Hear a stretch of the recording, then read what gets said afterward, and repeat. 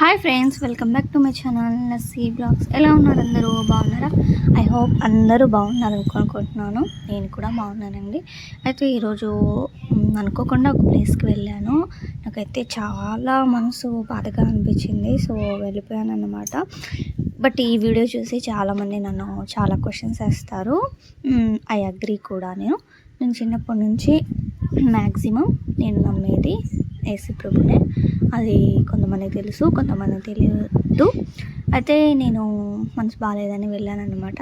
రీసెంట్గా అక్కడ బాగుండిద్ది, చాలా హ్యాపీగా ఉండిద్ది అని చెప్పి నిజంగా నేను అక్కడికి వెళ్ళిన తర్వాత అయితే నాకు చాలా హ్యాపీగా అనిపించింది. నేనైతే చాలా సంతోషించాను.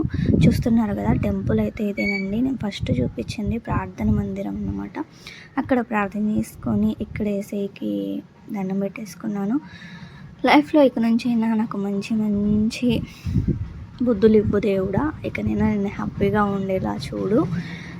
ఇప్పటి వరకు ఉన్న బాధలన్నీ తీసేయి, కొత్త ఆనందాన్ని నాకు పరిచయం చేయి అని ఆ తండ్రిని నేను వేడుకున్నాను అన్నమాట.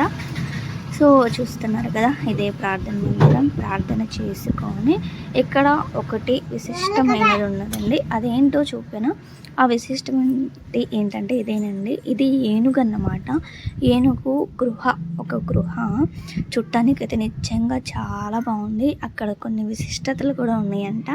నిజంగా నాకైతే చాలా నచ్చిందండి. ఫస్ట్ టైం కాదు, ఇదైతే రెండోసారి వెళ్ళాను. ఫస్ట్ టైం వెళ్ళినప్పుడు నేను వీడియో తీయడానికి అస్సలు కుదరలేదు.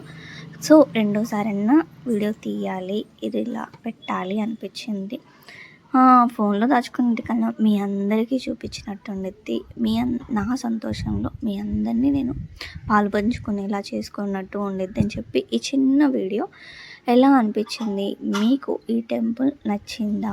నచ్చితే ప్లీజ్ లైక్ చేయండి, షేర్ చేయండి, కామెంట్ చేయండి. Thanks for watching friends. Bye bye.